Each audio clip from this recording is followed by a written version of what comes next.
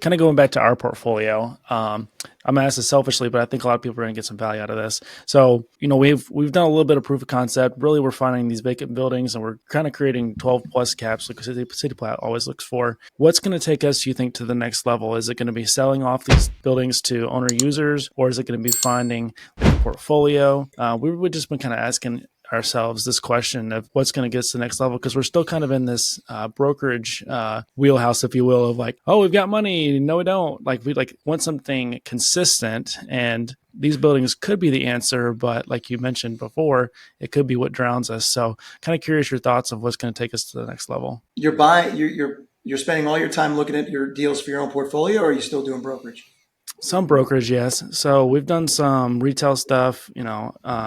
I'm pretty new in brokerage, but I've done like 2 or 3 deals. Nikita bought one of like an industrial building, and then I sold a couple of retail centers. But we're definitely still to the point of like brokerage is our day job and has to be. Exactly. And then, we are obviously looking for City Plat to find bigger deals and stuff. And then the smaller type deals we're trying to go after personally.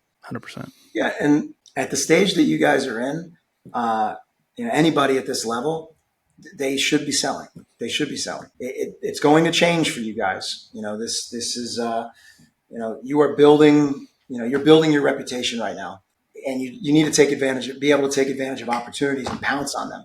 And the opportunities are coming. We're in a really good environment for some value add in the next 6 months to a year. So I would advocate for you guys to focus on end users, focus on markets that, High Point is very specific. I know that market a little bit.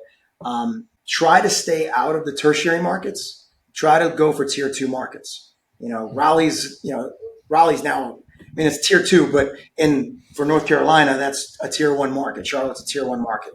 You don't necessarily need to do that, but right outside, those are the markets that you really want to focus on. Buy the smaller deals and sell it to an end user, because right now SBA money is the easiest to come by. If you're an established business, and every one of these established trades, any tradesman, they're getting killed with rent increases, because everywhere in industrial is just going up in all the major markets. So they're constantly getting hit with higher and higher rent. They're like, screw this, I'm going to go buy my own building.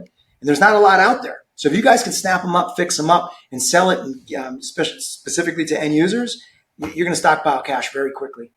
That was one of the things we had definitely considered. Like, I kept saying to Jess, like, man, then we just need like a flip or like a decent pop where we can get one of these and not hold on to it because we like it and get attached, but just sell it and to get a decent pop and use that money for, like you said, just to kind of look for other opportunities, and then we actually have some. So that's a great point. Yeah, that's a great point.